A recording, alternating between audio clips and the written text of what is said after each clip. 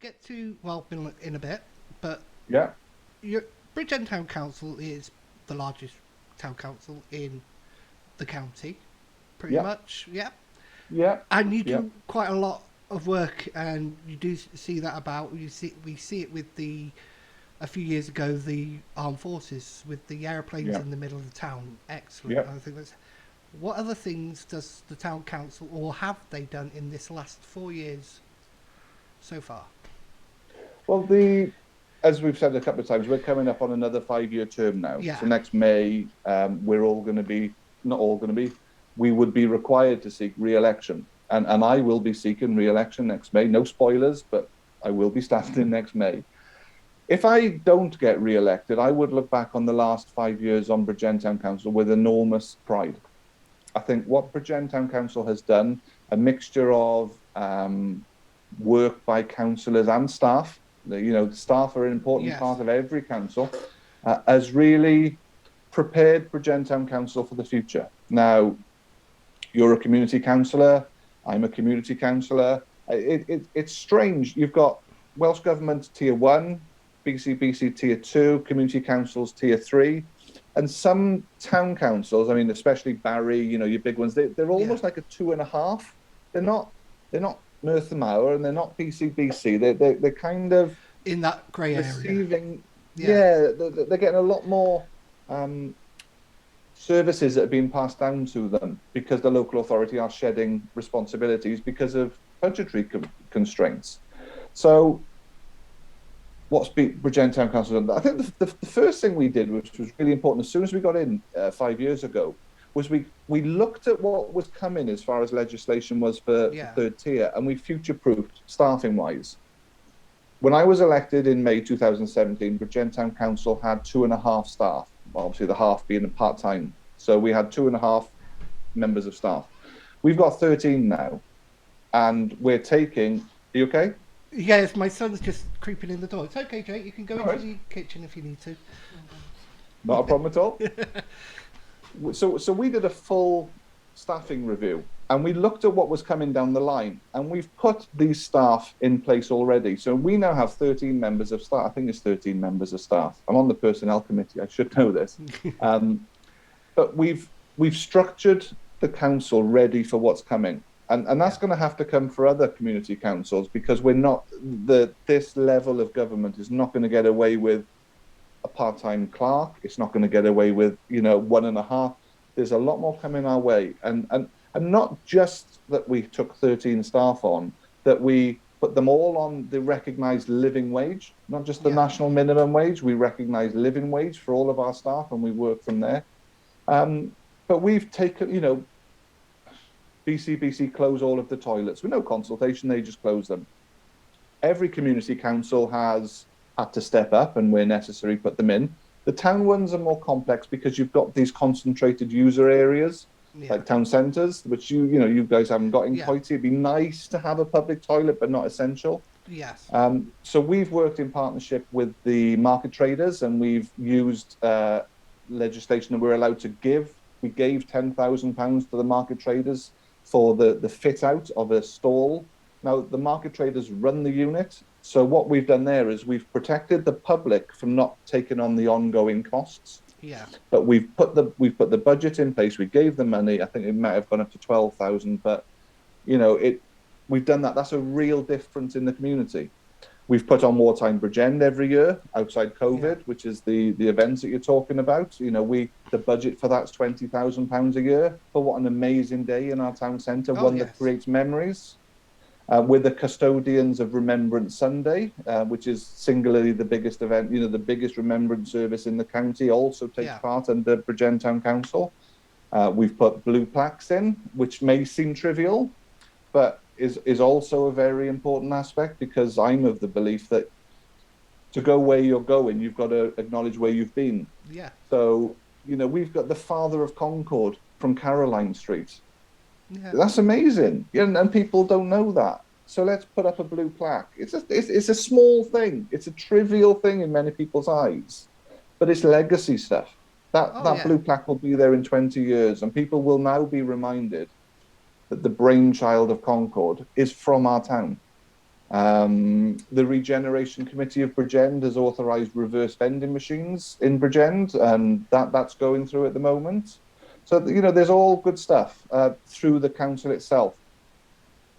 The downside, and it is an issue, we have the highest precept of all community councils in the borough. Yeah. That's an elephant in the room. I think I looked earlier, every house in Bridgend Town wards pays £107 a month. Sorry, £107 A year. £107 a year.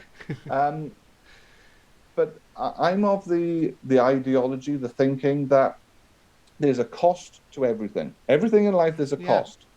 It's important to return the value in excess of that cost. Do I wish that it was less than £107 a year? Yes, I do. Do I feel that we give the residents back more than £107 a year? Yes, I do. And that's important because it's not our money as councillors. There's 19 councillors. We're custodians of public funds. And when you sit in those meetings, it's so incredibly important that, there are financial regulations that cover us. And one of those is that for every job you get 3 quotes. But, let's get around this thing of, when a company sees a quote request from a council, I'll put about £5,000 on that. They don't care. It's not their money. Well, we have to care. Yeah. Because we're answerable to those who pay that precept. And every finance meeting, that has to be scrutinised. Is that good value? And that's a really important aspect for me. So, and don't forget, this is actually important, gets overlooked quite a lot. Yes, we have the highest precept. We've set 4 precepts. We're just about to start now setting our 5th precept application. 2 of the 4 years, no precept increase. The first year that we increased the precept was purely to take on the additional 10.5 members of staff on a living wage. The second year we put the precept up was to allow for buying a £500,000 town hall on behalf of the residents. Because for all the work that I said we've done, we've also bought TRV for £500,000 and saved that for the community. Again, giving the community of Bridgend its first town hall in 50 years.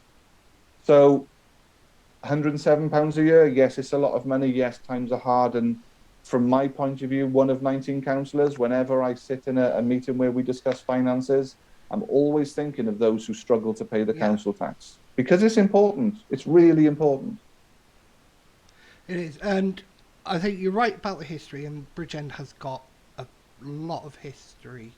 We've had the Romans here, we've had the castles, we've got so much history, and a lot of it is going to waste. And I'm sure we'll get onto this discussion later. We've got Island Farm Prisoner of War Camp. Yes, it was a prisoner of war camp that housed Nazis during the war, but it's part of our history, and we shouldn't shy away from history even if it's bad. We should always highlight the bad so we don't repeat what has happened, so we can be wary of what things happen. Yeah. Two things have just come. I'm really annoyed now. 2 things Sorry. they're going to come out from. No, it's fine. Politics. I mean, I'm in politics. Yeah. Government and everything else annoys the hell out of me. Island Farm. Island Farm is on the wrong side of the A48 for Bridgend Town Council to financially support it. The boundary is the A48, and Island Farm itself finds itself in Merthyr Community Council, which I've got the precepts on my computer. It's tiny. It's one of the smallest community councils. And we as a town council, we're £3,000 short of £700,000. If it was on the other side of the road, or the boundary commission would move the boundary, we could help Island Farm. Yeah. And that's so frustrating with politics, because you're right. Island Farm should be visited by every school child in our area so that they understand the importance of what it did throughout its history. It has to be protected. And a lot of people don't know that it had one of the largest prisoner escapes during the war. I mean, there's a Hollywood film waiting to be made there. Yeah. Well, there is. It's like the old Bridgend police station. That was a munitions factory where the old Bridgend South Wales Police is now, and they're building there. That was a munitions factory during the war. Absolutely. But on the relation acknowledge in the past, one of my proudest moments, we also recently just had the 100th Remembrance Sunday. Yeah. And a lot of people may not know this. On the 100th Remembrance Sunday, we invited the mayor of our twin town from Germany to stand alongside our mayor. And on the evening of that night, I sat in a room and we discussed the faults and the failings and everything that went wrong in that. You don't correct history by ignoring it. You address it, you acknowledge it, and you respect it. Yeah, and we've seen now.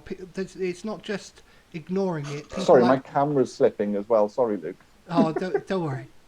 It's not just ignoring history, but trying to change what history was as well. That seems to be happening a lot now. Yeah, I know about the British Empire. I've read a lot. Yeah. It had its good points, but it had serious failings. And yes, there was mass genocide on the part of the British Empire, but we shouldn't shy away from the good it did as well, or the bad it did. No. Because that's the only way you learn is by mistakes, by what's gone in Absolutely. the past. And obviously the other thing that I was quite infamous for was painting Cofiwch Dreweren on the side of my sweet shop. Oh, yes. That's a part of our history. That should be taught in school. Because when you and I, political nerds, talk about the fact that Welsh MPs are powerless in the UK system, that's an important lesson. That's something that we shouldn't be hiding away. It's something that we should be discussing. And it was actually part of the reason I asked the artist to put it on the side of the wall, to be honest. I can't see anything wrong with that.